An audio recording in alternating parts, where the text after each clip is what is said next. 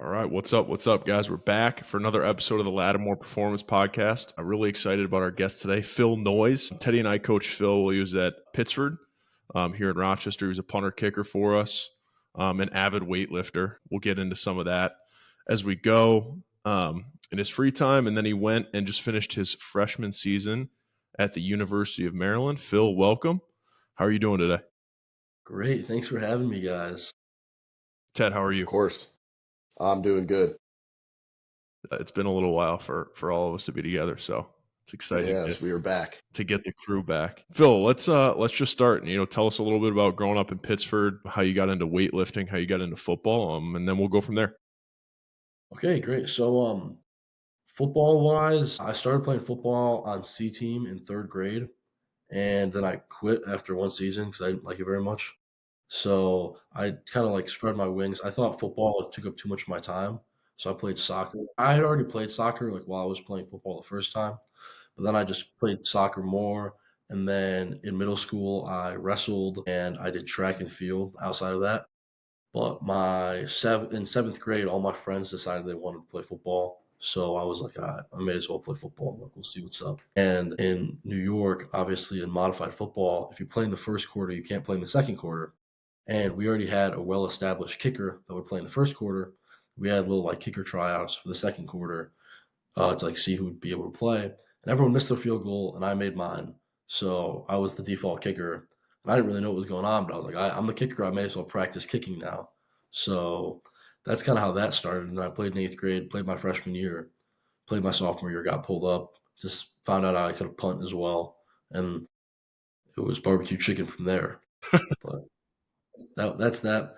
Growing up in Pittsburgh, I love it. I think there was also like a great football culture like when I was growing up because like, Schumann's squad and all that. They had a lot of aura going on for them. Like they were winning all their games. They were good. A lot of people showed up. I remember I went to homecoming in middle school and they had to like pull out stands to go across the side because there were so many people. They were like in away bleachers. I thought that was pretty cool. So it was definitely something like I wanted to do growing up. But just because of like other sports, like the time commitment, my parents like really didn't want me playing football. So I didn't really play in elementary school, but when middle school rolled around, it was a lot easier. It was more accessible. It didn't cost like a bunch of money to go play. Why not? And it was a great time.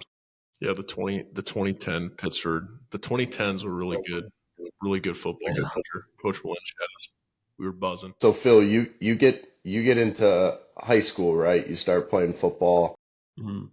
Like we just said, you're at the University of Maryland. Kind of take us through when football kind of became that like, hey, I could do this in college, and then your kind of recruiting process and how you ended up at Maryland.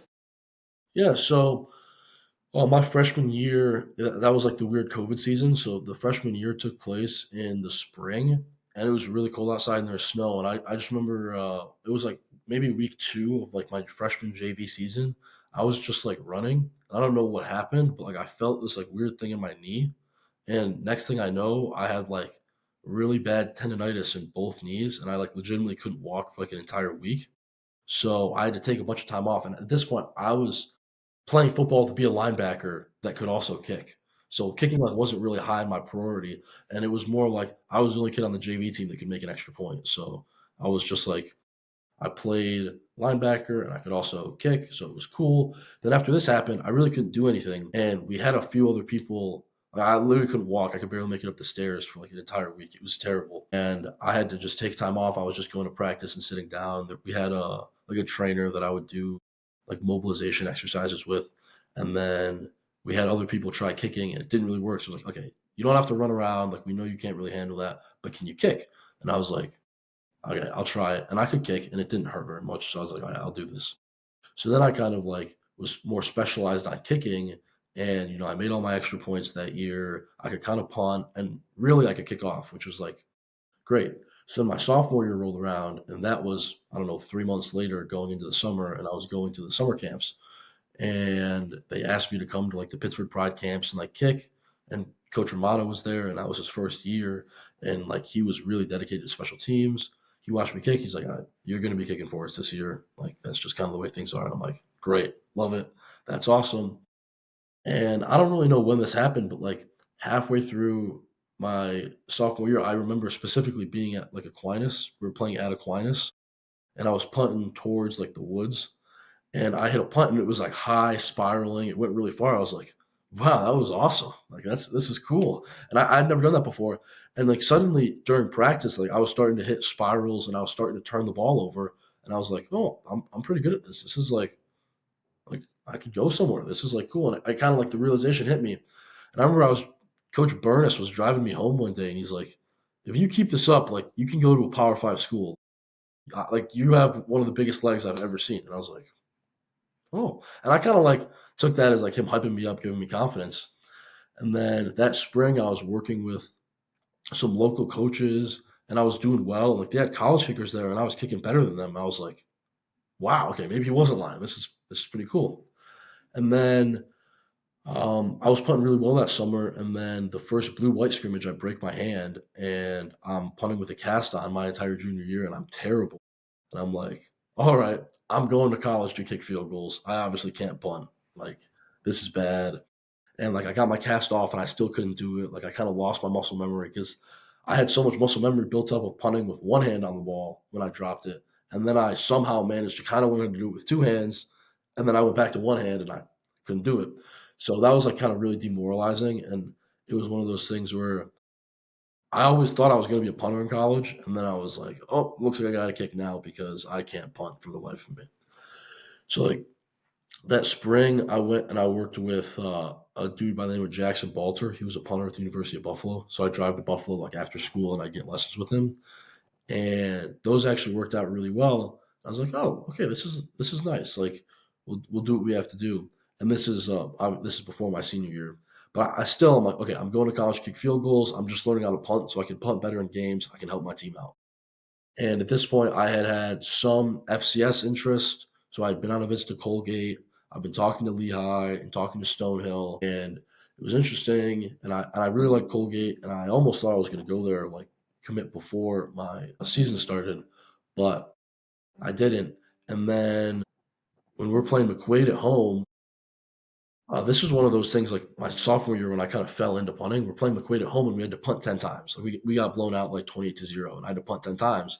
And suddenly I'm just hitting long, high spirals. And I'm like, wow. Because when I played against Hilton, it was terrible. The first game, I dropped my first snap and I shanked the punt.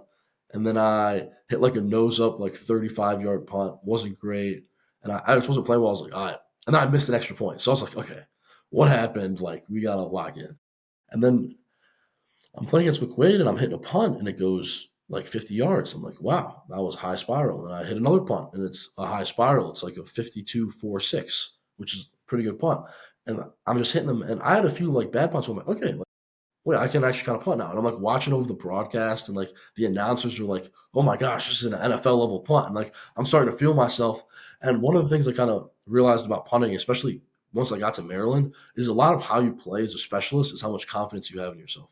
So I've seen like a lot of really good specialists. They have like like a really bad start to their camp or something like that, and suddenly they're terrible. Or like they have a bad start to their season where they'll miss like a short field goal, or they'll miss like a medium to long field goal, and suddenly they don't know how to kick anymore. But like for me, I started feeling myself because I had 10 punts and like nine of them were good. And suddenly people start telling me like, wow, you're like really a good college punter. And I'm like, I'm starting to feel myself because I had a few good games. And then I'm starting to hit turnovers, which are like the high spirals. I'm hitting them in almost every game. And then it's like kind of weird when I don't hit it because I'm so used to hitting them. And then I'm go against East and I hit a 60-yard punt from the line of scrimmage in the air. And I'm like, what is going on? Like, this is awesome. And then around that time of like homecoming, I get a text from Coach Simon at UMD, who's a special teams analyst. And he's like, hey, like, Moreland sent us your film and we really like it. And we'd love to get you on campus. So we set our date for the Penn State game, which is like the week after the Aquinas game, our playoff game. And I'm playing in the Aquinas game, and suddenly I hit like three of the biggest punts I've ever hit in my entire life. And they're all on film. And I'm like, all right, we got to send it over. And they're like, oh, we love your film.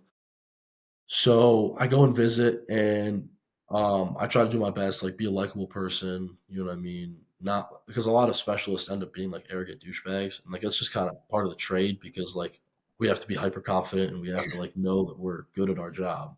But I try not to be like that because no one likes being around those people. And that's kind of that for like 2 months. And I keep hearing from Coach Simon, like, we really like you, but we got to like finish up the real positions because signing day is now. And then it's like, we got this worried about, and we got some official visits coming. And we're not really worried about offering PWOs right now. That's not like what we're doing. And we got to get approval from the head coach and we got to do this. I was like, all right, that's cool. And then about halfway through December, maybe like December 20th, kind of late in the year, I'm at counties for wrestling. I just randomly, I'm working one of the benches because I got eliminated. I got like eighth place or whatever like that. But all like the good matches are going on. And I'm sitting behind the clock and my phone starts buzzing and I'm looking at it, it's Coach Simon from UMD. I'm like, oh.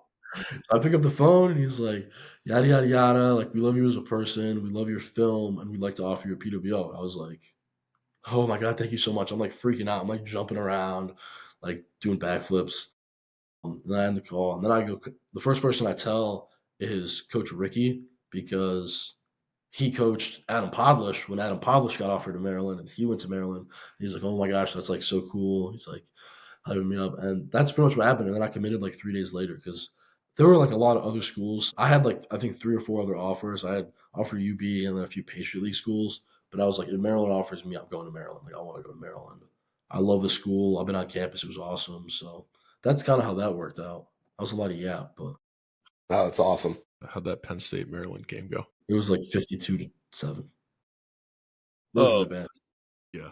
Yeah. Really Penn State's bad. Well, something that's funny. So Maryland, when they have home games, they have like a recruit lottery section. So it's like one whole section that's like for recruiting.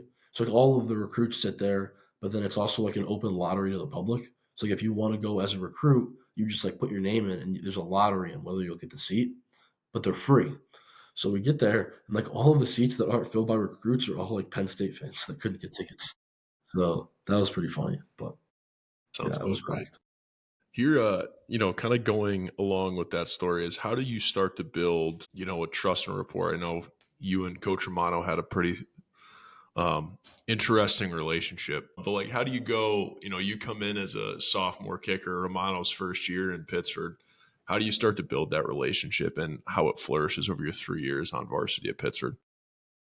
Um, I think so. Romano's obviously a pretty cool guy, and like we had a lot in common. And I think one of the issues with being a specialist in general is that you can't do too much. It's kind of one of those things. It's like I know you guys both love the golf. Like, you can't go to the range for the full 3 hours that you know, I mean, you could, but, like, if you're I'm gonna hit just kidding. 5 or 3 hours straight, you know what I mean? It's not gonna work out well for you. So a lot of what, like, me and Romano would do is, like, he obviously doesn't have to run the offense or run the defense. His only job is special teams. So, aside from maybe going to one person and helping them with the technique outside of things, it's really making sure the operation moves smoothly.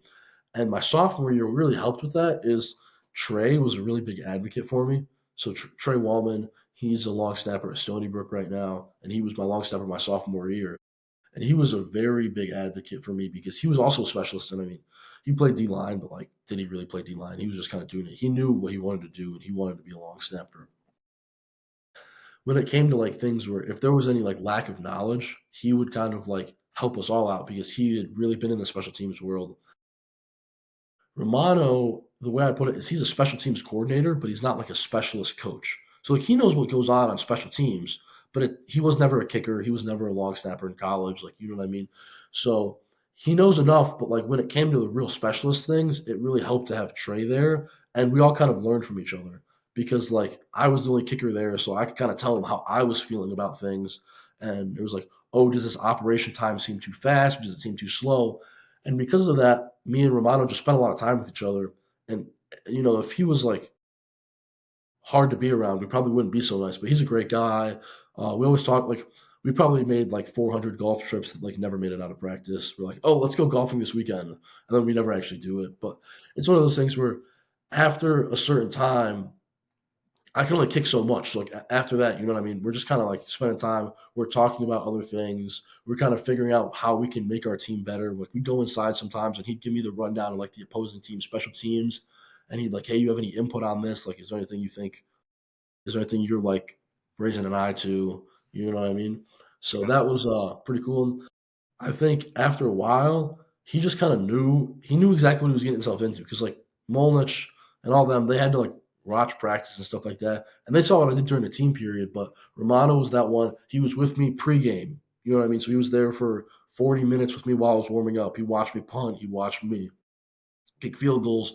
So he kind of really knew where I was at, and he was not. It was nice to have him there because like if I was having a bad day, he'd be like, okay, like I know you like just cut it right now, like it's good. You don't have to take any more or like that. And by the end of our season, like or by the end of my senior year, like he knew everything about me kicking wise. Like he knew where I would be good from on any given day after watching me kick a few. You know, he knew like if I was punting bad, like he could give me some like we kind of work out where my like tweaks and my technique were. So like if I was having a bad day, he'd kind of give me cues that I knew would help me out. And I think just having someone there that was just like no bias, like he was there strictly to get me better and help our special teams flourish was really good because he was a very like impartial kind of person.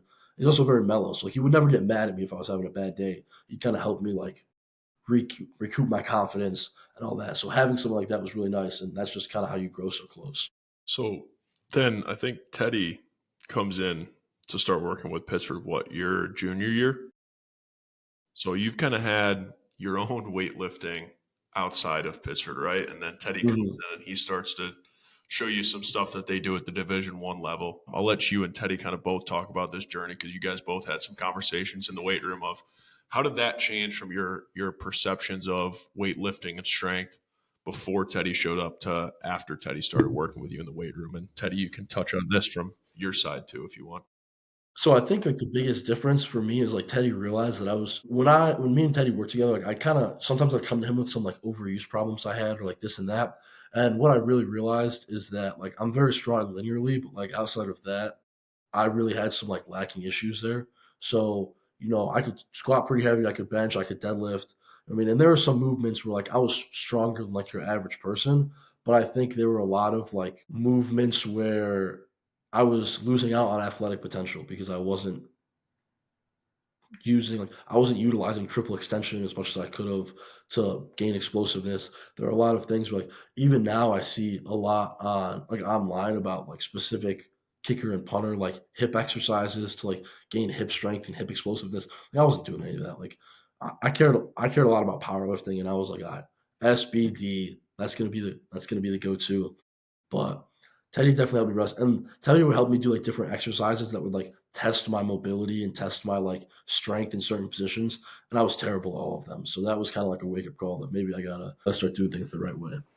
Well, and it wasn't just you. I think, one of the harder things for me when I went to a college, like, and I mean, you've been at the college level now, Phil, you get in there and those guys they're there, they're bought in, they know you're experienced, you're part of the program, they show up most of the time, and do the work that they're asked to do most of the time. Where you come into high school and you don't have a total group of bought in athletes, right? There's people that are there that are bought in. There's people that are there because their friends are there. There's people that are there because they just think they can do some biceps and triceps, hit a squat, and then leave, right? So you get a lot more opinions in high school, which there's nothing wrong with. I'm all open to opinions like we learned as long as people are open to having conversations about them. And we definitely had some conversations early, but the way I look at it now is, people don't know what they don't know, right? So if all you've been looking at is powerlifting stuff, and then here I come with, hey, you need to be strong on one leg. Hey, you need better core and pelvic control. Hey, you have no glute strength, even though you think you can deadlift the world. But then we go do something that's pretty glute isolated and you can't do it, right? Those are those little things that I think the college world does that you see as the detail, right? There's how can you find that extra 1% that the other team doesn't have? So you're always trying to find that 1%, and the detail to movement is so big, and there's such a plan to workouts. And I worked for your strength coach at Maryland. So for me, I was excited when the whole Maryland thing came up because I was like, one, I knew how good of a person you were. I knew Mhm. how important the weight room was to you. And then I knew what the program that Maryland had, and under a fantastic strength coach and one of my now mentors that he mentored me during a really hard point in my career and helped me kind of land back on my feet. So I think that was exciting from the first time you and I met to where you are now. Is it's just such a cool process and a cool journey. Yeah. And just to add what you were saying at the beginning of it, like we have, I don't know, 40 kids, 30 kids on our football team, and they're kind of like packed in that small weight room, and the racks are kind of spread out.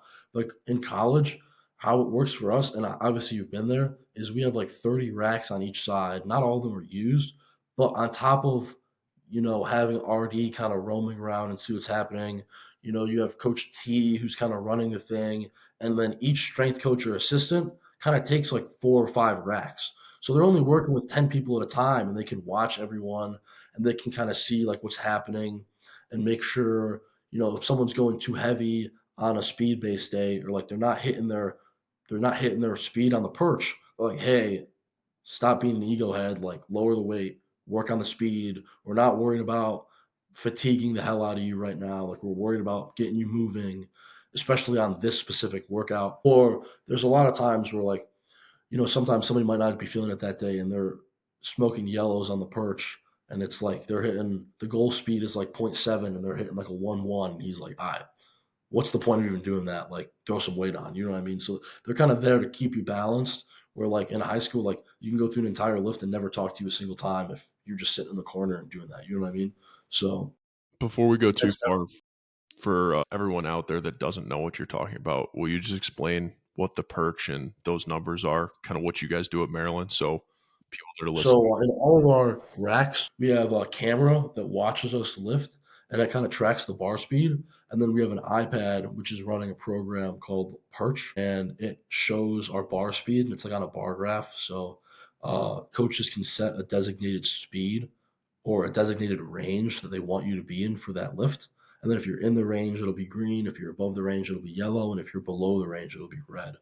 So if somebody's in the yellow, that means they're supposed to up the weight. If they're in the red, they're supposed to down the weight. And if they're kind of in the green, you're kind of supposed to up the weight until you're like. So yeah, that's what the perch is. So, kind of continuing on, you had those conversations with Teddy. You keep working out, you keep lifting, and now you started at Maryland over the summer, right? So how does that transition go? You're in a, the men basement weight room is what it is, and now you're going into, I've been looking forward to hear this. yeah, you're going into a very different setting with very different opportunities and resources at your disposal. So how does that transition go? So pretty much what happened is, so we move in on a Friday, or we move in on a Saturday morning. Saturday is a lot of like basic stuff. So we move into our apartments, and then we have like a welcome meeting in our team meeting room. Like parents are allowed, all that stuff. Nothing too formal. And then Saturday morning, like we're going through like housekeeping things. Like we get our iPads for like watching a film. We going through everywhere, and then we get to the weight room, and you see this menacing bald guy who's absolutely enormous, jacked out of his mind, walk over to you in his squat shoes. And he's like lifting when we're walking in there, and he like walks over, acts like he doesn't care about anything. And he's yelling at us like, everyone's gonna be in here ready to go at 5:30 tomorrow, dressed, like all that stuff. And I'm like, oh boy, this is gonna be terrible. Like I know I signed up for it, but this is gonna be terrible. So the next morning we have to wake up at 5 a.m.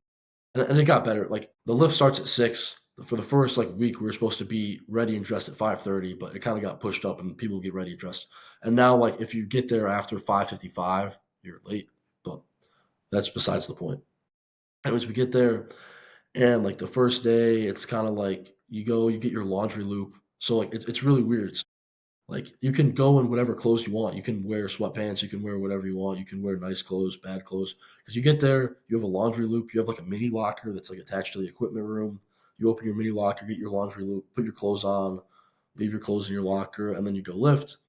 And over the summer, the first day, you had to do the beep test to make sure you're like physically fit enough to actually do conditioning. And then the next day, it's like whatever. And I wasn't even cleared for like the first 2 days because I had to get my sickle cell stuff done because I didn't come over the spring. But so a lot of what we did the first day is like straight up running. Like we do like a little bit of lifting, like basic. We do like cleans. It was like what is it? Cover.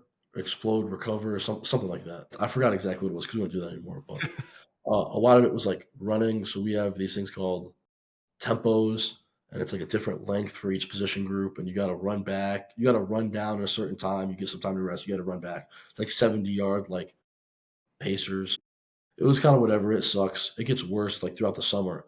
But the summer is just like a lot of running and a lot of lifting. So like, that's kind of all you do over the summer is you get there at 6 a.m. You have, I don't know, 45-minute lift, 35-minute lift, and then you do like conditioning for like 25 minutes. And it's Maryland, it's hot as hell outside. Like it got like 105 over the summer, and that was like absolutely terrible. Like it only gets like 10 degrees hotter down there, but like the difference between 105 and 90 degrees when you're sprinting outside on turf, it's a big difference. And then another big difference is like you got heart rate monitors. You put a little bracelet on, and it's like a heart rate monitor, and then they have iPads, and then it'll tell them like what percentage of your maximum heart rate you're at, and then pretty much that's how they determine like when you're supposed to go again. So like once enough people, I don't know what the numbers, I don't know how that stuff works, but from how I got explained to me, like when you run down, like everyone's heart rate gets like elevated, and then once it gets back to a certain point, that's when you go back. So you're always supposed to stay like within a certain percentage of your maximum to help you keep improving. But getting used to the perch is like really different because now it's like I have people that are similar strength to me in my lifting group. So now it's like who can move the weight faster on everything. And it's a lot more objective now because like, I can give myself RPE when I'm lifting and powerlifting, like rate of perceived exertion or reps in reserve. Like I can do that, but that's like my brain guessing. So it's kind of like off. But when you look at just pure speed, like that's pure speed. So it helps you lift. I think it's motivating for me. Like sometimes when we don't use the perch, I'm kind of like, I'm not even lifting anymore. Like I can't even see how fast I'm moving it. But yeah, it's definitely a big difference. And waking up at 6 a.m. like 6 days a week, that was probably the biggest difference for me. So by the time the summer like ended, I was snoozing at like 9:30, which is great. My sleep schedule was awesome, and it still is pretty good. But yeah, that's probably the biggest difference.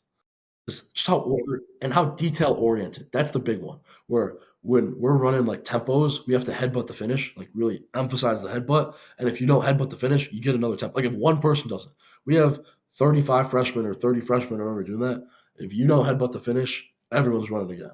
So and they don't even call anyone out for it. Like you just run another one and you don't know who did it. So Of all the conditioning lifts, all the things you did in your like early transition, probably more in summer, is there one day that stood out or one drill or one conditioning that stood out that you were like, that was by far one of the hardest things I've ever done? yeah, sled sprints. So what we had to do is we took the sleds and we put them on one sideline and we had to sprint across and we were like in groups of three and we were supposed to get to four, but it's 52.5-yard sprints with like a sled. So it's weird because how they hit you, like for me, it was like you're running with the sled and it's not that bad and you stand up and you immediately have to puke. Like, I don't know why, like that's like a phenomenon, but that was kind of a common theme. And we probably had like 6 or 7 guys end up like throwing up on that day. I was not one of them, so I'm pretty proud of that. And we were supposed to do four, but we only got three because people were like literally dying. Like they were like we had you can't like back to being They detail weren't they weren't literally dying. They oriented. were just They looked like struggling. like could not stand up straight, like stand over the Yeah. thing. And the coaches kind of cut it short because they were like, okay, obviously we need to do some more conditioning because this is not a good sign. And so we ended up paying the price for having a bad sled day, like throughout the rest of the summer because we had to amp up the intensity. But back to being detail oriented, a lot of these things are just like ingrained in me, so I'm not thinking about them anymore. But like you can't bend over. So like even while you're like sprinting, like if you put your hands on your knees, like your hands on your hips, it's like someone will immediately see it and they'll start yelling at you and you have to do push-ups. So you have to do not push-ups, you have to do 3 up downs. Or like if you make a mistake in a drill, like a conditioning drill, 3 up downs. So a lot of it is about like being like focusing on the details. Because what we even kind of see towards the season is that like you can have like a 95%, you can have a game where like your margin of error is like 7%, but if you have like 7% errors and a few of them are like major, that can cost you the whole game. So a lot of what we do over the summer is just like making sure your footwork is on point if you're running like a ladder drill or you finish doing a 70-yard sprint and you can't bend over. You got to stand up straight. You can't put your hands in your pockets. And like you realize how bad your posture is, like after having to try to stand up, like you're really tired and you have to like stand up straight. Like your back's killing you because you're breathing so hard and your core hurts, like all that stuff. But towards the end of the summer, you just kind of you get used to it. But like that was like a big transition because I just think like the standard of execution in high school is so much lower than it is in college. So like I now that you bring it up, like that was a big difference for me. And that sled sprint day was the worst day of my life. Like honestly, like physically, I don't think I've ever felt more terrible after that day. Because like you just have like I've never, I wrestled, like I've had overtime matches where like I'm wrestling for 8 minutes straight, like it's hard. And I've never felt like I actually have had to throw up from conditioning. I was pretty close from the sleds. Like that was like near maximal fatigue for me. Like it was terrible. I'm Yeah. laughing because my first summer at Penn State, we had a day where they sent us home the day before and they were like, hey guys, like everyone come at 4 tomorrow. Like we're going to do a team building exercise. So we're like, nice. Like we're going to go play like ultimate football or something. Like that's what all the seniors told us. And we show up and there's sleds everywhere. And everyone had just gone out like and eaten garbage food all day. Like, oh, we're going to come in for this easy workout. Like it's going to be fun. And we got smoked. There's like they're similar to you. There had to be like 30 guys that puked on the field, and I This, thought, this was in our, this was in our indoor though, so like you couldn't puke on the field, but like there were trash cans. Like there's just like you can't even see the trash can because there's just like four guys like circle around it, and they just like take like so. Yeah, it was pretty bad, and I think like the worst part of it is because of how it was. We were like in groups of like four or three, so like almost as soon as you're done, like you're not even you can barely like finish standing up, and suddenly the sled's in front of you again. You got to push it, and you're like, oh. So yeah, that was bad. We got to the locker room, and I have this really funny picture on my phone, and I'm like sitting in my locker, and I took a picture with my back camera, and there's like four guys just like spread eagle on their back, just like gasping for air, like in the locker room, because We everyone's like, used to joke as strength coaches of one of the most subjective ways to figure out of how hard a workout was is give it 15 minutes and then go in the locker room and see how yeah, the locker room is. yeah. And if you went in and it was loud and music banging, you're like, that wasn't bad. If you went in, there's no music and guys sleeping, guys laid out, you're like, okay, that was a pretty good one. I'm not even kidding when I say this. Like I sat on my phone for like an hour in the locker room, just like not even moving in my chair, and I stood up and I was still winded from sled sprints. Like I was like I was still having to take like deep breaths and like my like if you take like you go for and maybe that because I was a little deconditioned. I wasn't really. I mean, I'm a punter. I don't really do a lot of running on my own. I tried to get a little conditioned before I went down there. It didn't really work, honestly. But like my chest, like when you breathe like really heavily, like for an extended amount of time, like my chest was like sore from how hard I was breathing. And like I woke up the next morning, my like stomach hurt from like my core breathing so hard. Like that was definitely a wake up call where like I'm not as fit as I think I am. So and I guess it was a little less like I'm not gonna say it's less important for me, but for like a lot of the strength coaches, like, oh, they're like, wait till you guys get to camp, like it's gonna smoke you guys. And like, what do I do during camp? I go in the indoor and punt. So like it was a little like but like for me, like I can't like you can't be the last guy.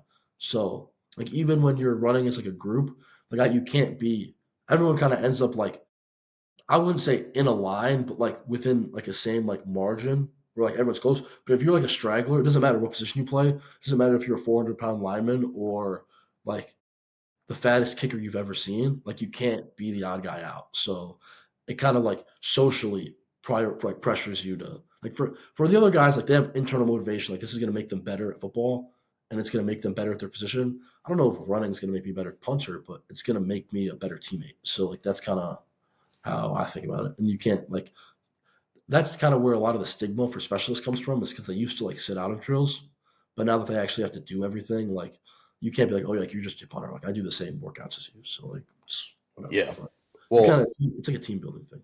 and let's be honest, like you as a specialist, you do that during the summer.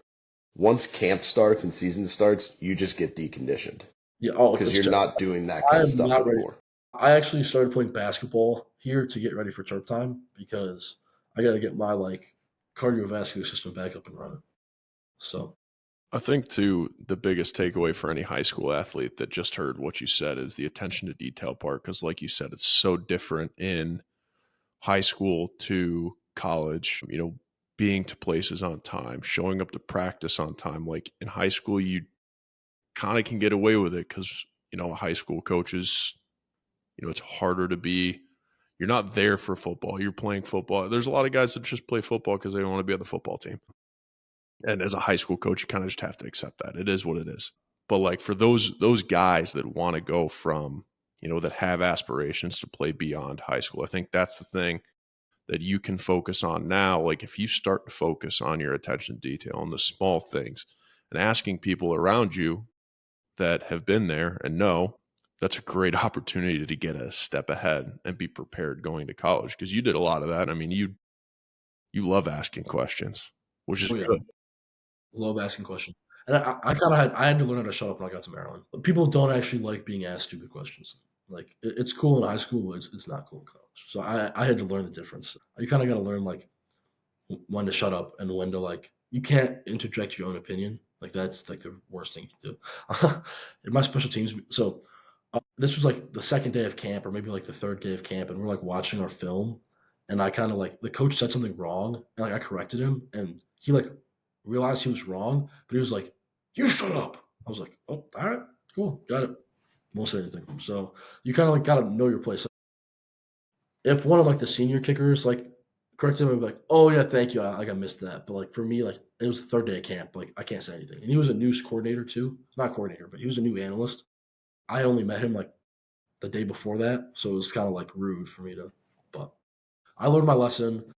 You know what I mean? You kind of gotta, you don't talk unless you're talked to, that kind of thing. Like unless it's something really important, like in meetings and stuff like that. You have a question if you're genuinely interested about what something you did, but like it doesn't really apply for specialists because like it's kind of straightforward. Like it's on film. They have the hang time. They have the distance. They have everything about it. So you just kind of like, for me, I had to learn how to shut up because I have a lot of energy too. So I love talking, but you got to really learn how to shut up sometimes. And that's something I definitely learned how to do in Maryland, which is bad because I'm kind of unlearning it while I'm back home, but I'll get it. Anyways, what was I going to say? We'll kind of go into you started talking about, but how was that first camp? Those are long days. Long. Yeah. So I think looking back on it, it wasn't as bad as it should have been because, like, not should have been, but it wasn't as bad as I thought it was going to be just because, like, our specialist room got really tight over the summer. And so we all kind of have the same schedule during camp. So it was nice because, like, we would, like, hang out. We, like, do stuff. We play video games together, like in our team meeting room. Like we play a lot of pool. So I got pretty good at like billiards and stuff like that, and that was fun. But it's just like it's kind of like emotionally draining after a while because we get on the bus, like we got put in a hotel, and we get on the bus at 7 a.m. and we don't get back until 9:30, and then we have bed checks at 10:30, and then you have to be back up at 7:30 to go back to the facility. So you just kind of spend all your time in the facility. You have to leave your scooter and your car and stuff like that at your apartment. You can't leave the hotel. So it kind of sucks. But on Sundays, we get a few free pedicures and massages and manicures and all that stuff. So that was pretty cool. Nice, nice. So one thing, Phil, that I think is a big thing that I like to try to harp to high school kids early, and I mean, you're seeing it with the facilities you guys have, but to take that next step is how important your body becomes, right? So Yeah. you have a fantastic strength and conditioning staff. You have fantastic athletic trainers. You have nutrition. You have all this recovery stuff at your disposal. What's it been like between high school where you're kind of on your own, right? And you Mhm. might have a high school strength coach who harps it a little bit to you, but now you have all these resources. You're around these guys that have aspirations to play in the NFL, right? What has been your thought process on now, like, again, I'll speak for your high school, which is, hey, we come in, we do everything max effort, all the way to fatigue all the time, which we're trying to get out of. But anyways, to now a place that is your best ability is your availability. You need your body at 100% all the time. What's that transition with sports performance, athletic training room, recovery, nutrition been like for you? Yeah. So we have a lot of recovery things. It's great. We have like everything under the sun you can think of. But one thing that specifically speaks out to me, like when you mentioned that, is so we have a punishment called buckets. If Bucket you eights. buckets, Yep. yeah, if you're late. I know what it is. Don't you Over worry. the summer, we had one person, the whole summer was late to our 6 a.m. And because of that, this was kind of mean, but we all had to do buckets, like the entire team did, except for the person that was late. So they just made the person that was late wash and kind of like soak the embarrassment. But it's 8x8 front squats and then 8x8 back squats. And depending on how big you are, it's either 135. It's like 135 or like 155. So it's not like a crazy amount of weight, but it's just like uncomfortably annoying. Like after we did that, everyone had to immediately, they like had a strength coach come walk us into the cold tub, and we all had to sit in the cold tub for like 10 minutes to kind of like reduce inflammation. So like that's one of those things where like, yeah, we get punished for being late and it's like whatever. But and buckets like suck. They're terrible. Like I hate them. They're like the worst thing ever. Like I've never done that. I was late one time, but we'll talk about that later. I was going to ask you if you've done bucket eights yet, but I'm glad this is coming up organically. Yeah, so I had to do this over the summer, but yeah, it was pretty terrible. But like they make us go and get recovery. You know what I mean? We have to get our shakes, and then we have to go immediately into the cold tub because like the cold tub kind of reduces muscle inflammation and kind of all that stuff, and kind of helping us because if you do buckets and then you don't go in the cold tub, the next morning you're really gonna feel it. And it's gonna be terrible. But then like on top of that, like during camp, it's like a long hour. It's a lot. You know what I mean? We have morning walkthroughs, and then we go in the afternoon. We have practice and all that stuff. So after practice in the afternoon, we have like a lot of the athletic training staff in the cold tub, and we have a pretty large cold tub. It's like probably 40 feet long, and like so we all have to go in there, and you have to get checked off that you're in the cold tub for 10 minutes.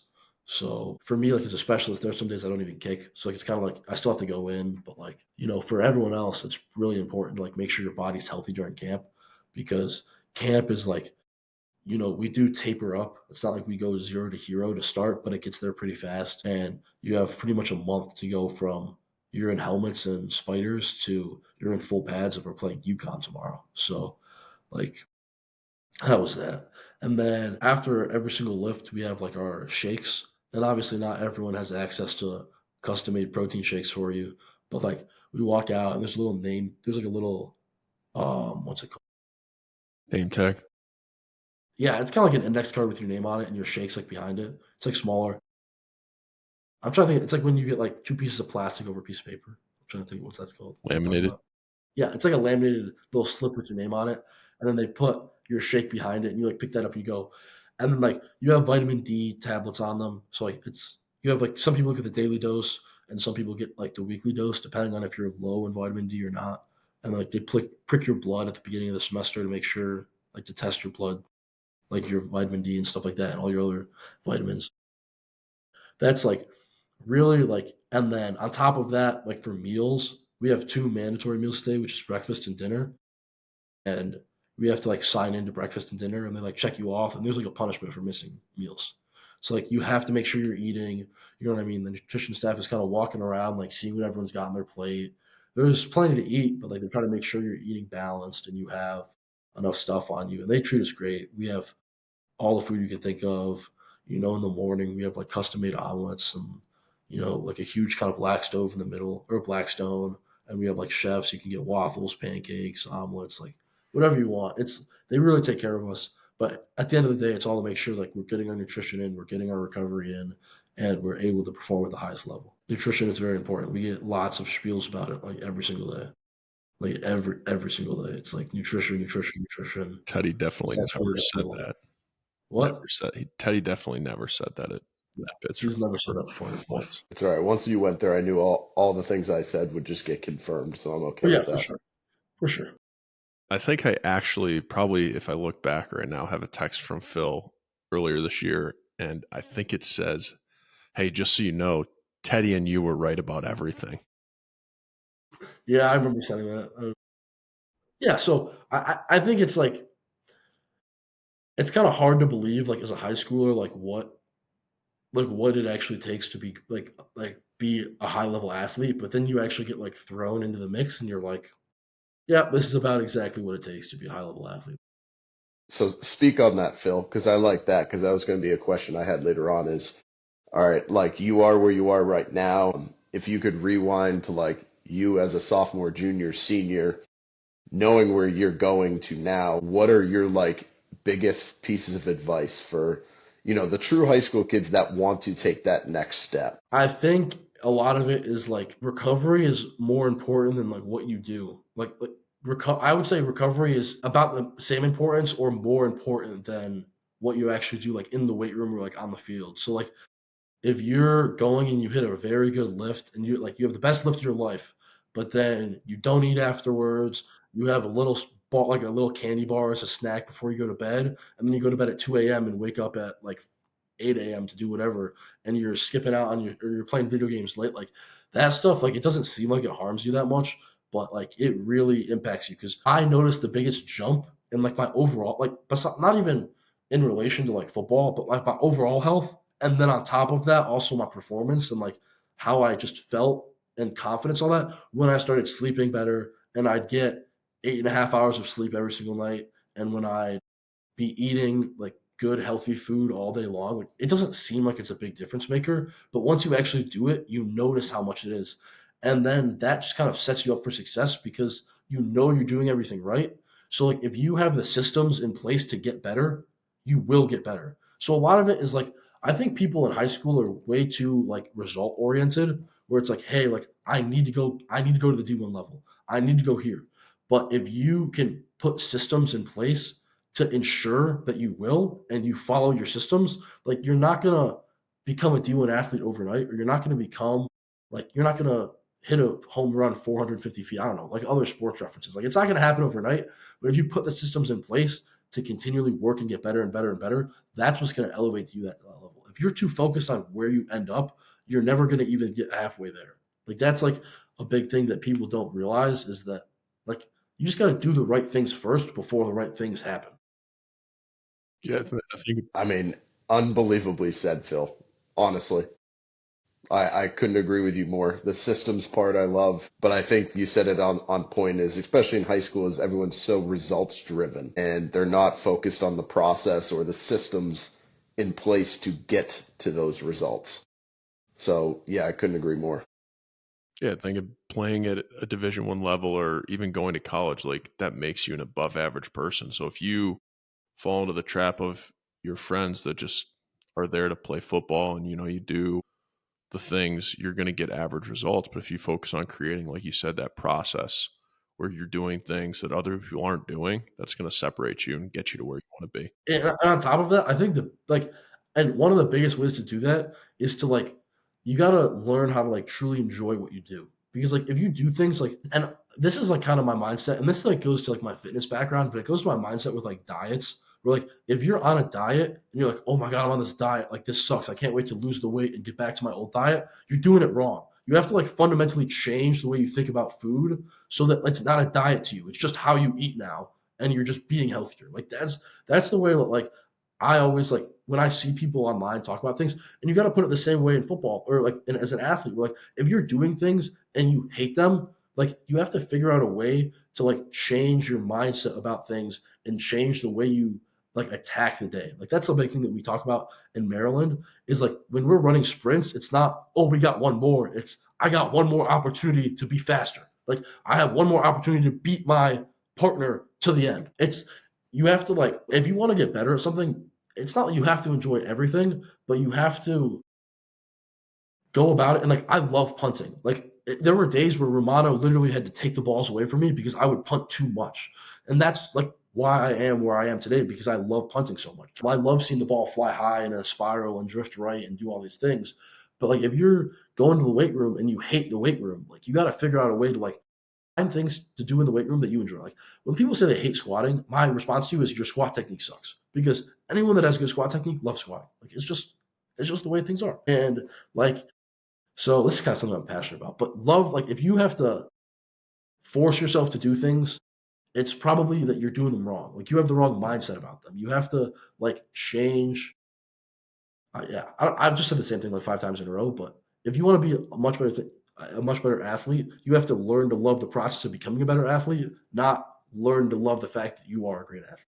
Yeah, well, and I get what you're saying because, it's embracing the grind because at the end of the day, like what you do and like in the moment, it does suck. Like the bucket eights or whatever you guys call them there, or the sled workout, like you're not in the moment being like, I love this. This is incredible. This is my favorite thing ever. But like at the end of the day, you look back on all that stuff. Like I've reflected on my college career, and like I look back and I was like, dude, yeah, that sucked, but like I loved it. I loved showing up every day, and like that's the process where you don't have to necessarily like exactly what you're doing, but you have to embrace that sometimes it's going to be a grind, but you're going to look back on it and be like, okay, that really wasn't that terrible. Like it sucked in the moment, but I really did enjoy that. Yeah. I remember on my grind of squatting 405, I had my powerlifting coach gave me 4x10 squats, like ascending 4x10s. So I would hit like 235, 245, 255, 265, 4x10. And like that was terrible. I hated it. But I put on like 100 pounds to my squat in like 7 months. I was like, yeah. And then I squatted 405 and I was like, you know what? I look back at those and like the ninth and 10th rep, like it was a grind. It sucked. Like I wanted to like drop it on most of the days. And like my body was like telling me, like, oh, this is terrible. Like stop doing this. But sometimes you just got to, like, it depends on how badly you want it. That's another thing. Like some people want to say they're D1 athlete, but they don't want to be a D1 athlete. They'll, like, and you kind of see that everywhere. It's So one of the things that I've talked about with some endurance training and the coach I have is you don't really start to improve yourself and your mindset until you get to the point where you want to quit and you keep going. Like if you just go out and do the thing you're doing right now and you enjoy every second of it, yeah, that's easy. Like if you start pushing yourself to the point where it's like, oh man, I want to quit, but you go another minute longer, that's where you're starting to improve on yourself and your mindset. yeah, and once I've gotten to college, this is kind of like weird to say, but like I don't think I've ever been more stressed out than like my first punt period, like as a punter, because like everyone's looking at you, like you are like the entire period. Like they snap the ball to you, and everyone's watching the punt fly, and like being in those positions, like on a day to day basis, like learning how to handle that stress, and like it sucks some days. Like some days you have a bad practice, and you get home and you're like laying on your bed, and you're like, this is terrible. Like this is awful. Like I don't want to do this anymore. Like I could be in a frat right now and having all my friends and do stupid things, and it's just like, but I don't want to. You know what I mean? Like I want to be a football player. Like I want to do this, but like it kind of sucks some days. And like those are for me. Like I think I've gotten as much as I've gotten physically stronger being at Maryland. I have like tenfold my mental toughness since I've gotten here.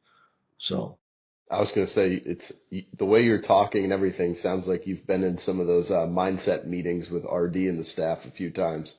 oh yeah, oh yeah. And Artie's great. Like he just has like the most strength coach voice and like cadence of all time, and it just really resonates with you. Like some people don't have that, and some people do. And like when he talks, everyone listens. That's just what I've noticed. And for It's everyone on this, we're talking about Ryan Davis. He's the head strength and conditioning coach at University of Maryland for their football team. An incredible human. Always will have a special place in my heart for me with my family too. So he helped me. Did I ever tell you the story about that too, Phil? yeah, The yeah. true I mean, story of what he did for me?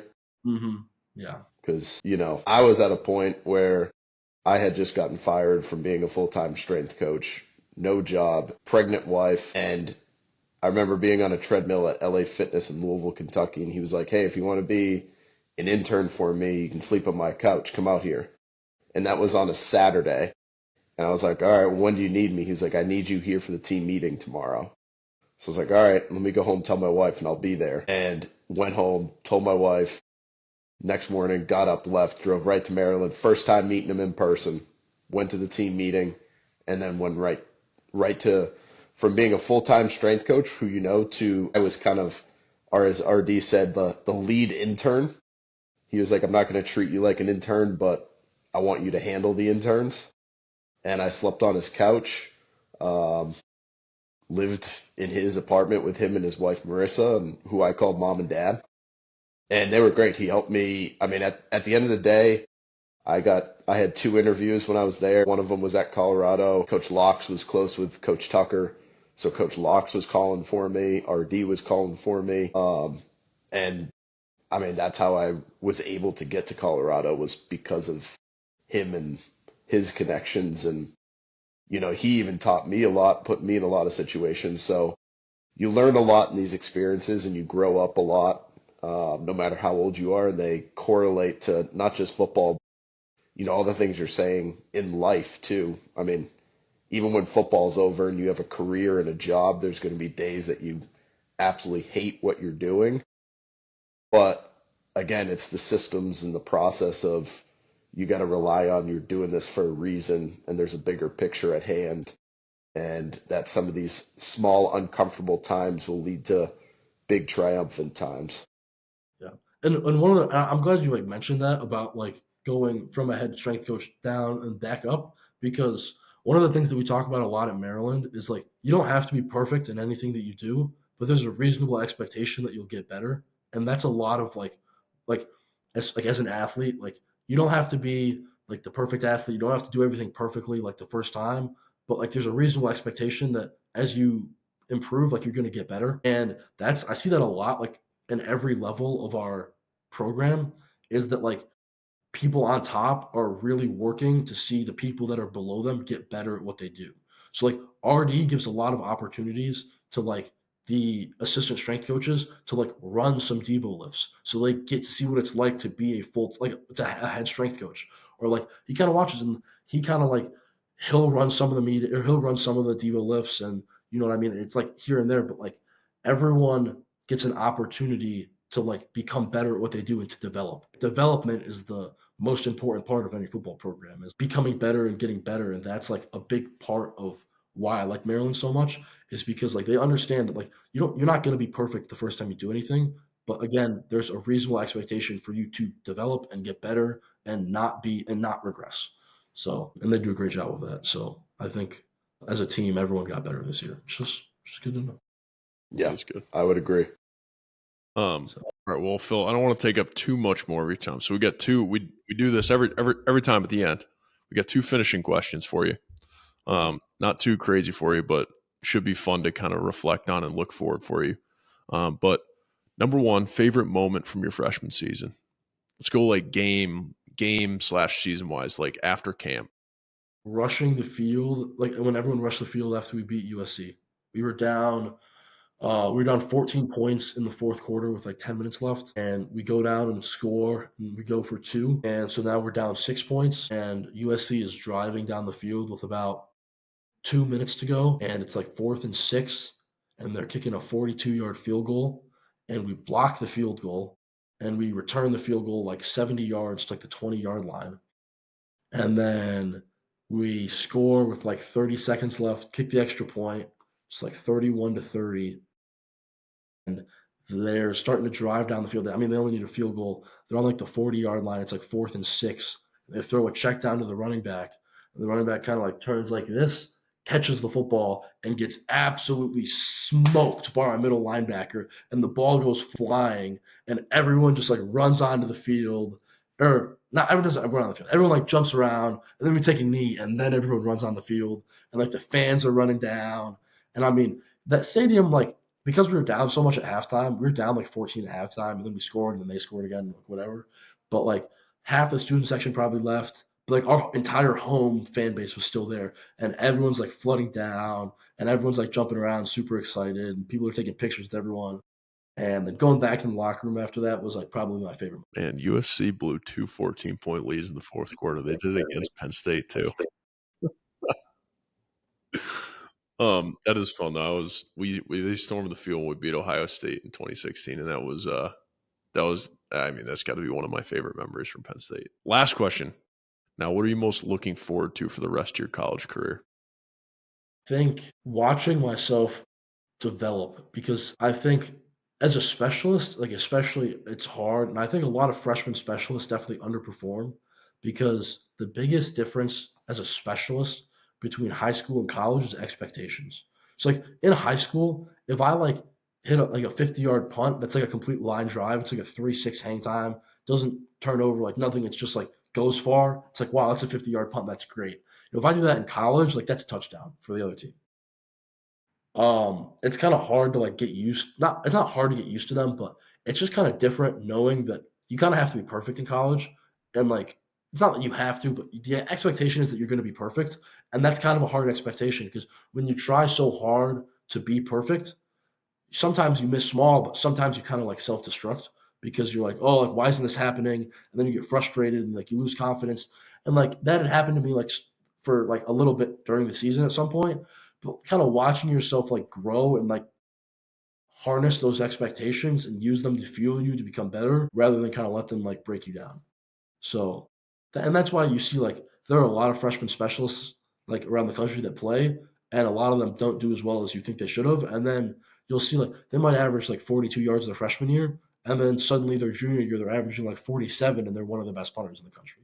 So you kind of just like watching myself develop and like kind of turn into like a top punter in the country is something I definitely. Go, Phil. No, I think that's a great way to finish, man. This was fun. It's great. And I know Ted, I speak for Teddy on this one too, it has been a lot of fun to see you develop from when you were a sophomore playing with us to now finished your freshman season at Maryland. And we can't wait to see what you do as you grow into a bigger role on the team. And when you guys come back up to Happy Valley again, we'll see what happens. Well, that might be a little bit. We went this year, so Yeah. it'll be 2 years, but it's all right.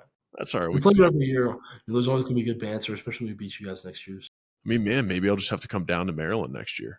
Teddy, how's that? We could probably. I put on a great halftime show if you want to watch. We could take a nice golf trip to Maryland next fall. We do have like a lot of courses around us. Hey, we have a par Really, do you? 33. It's like 2,600 yards on the front.